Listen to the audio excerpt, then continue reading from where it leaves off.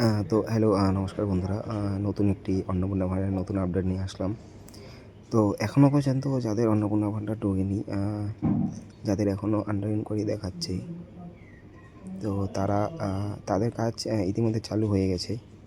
অঞ্চলে অঞ্চলে inquiry officer যে আছে, ইনকোয়ারি অফিসার নিয়োগ করা হয়েছে। তো সেই ইনকোয়ারি অফিসাররাই আপনাদের সকল তথ্য যাচাই করে ভেরিফিকেশন করছে, তারপরেই টাকাটা ঢুকবে।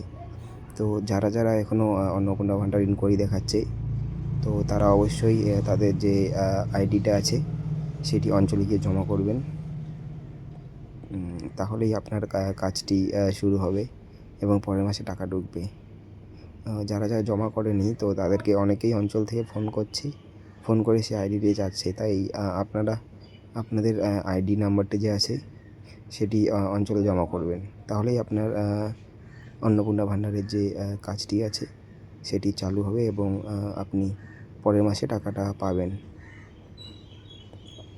এটি। আর যারা যারা অন্নপূর্ণা পেয়েছে তাদের নাকি ভেরিফিকেশন হচ্ছে, অনেক জায়গায় শোনা যাচ্ছে, কিন্তু সেটি এখনও সরকারি কোনো নোটিফিকেশন নেই। তাই আপাতত এটাই নোটিফিকেশন আছে। ঠিক আছে।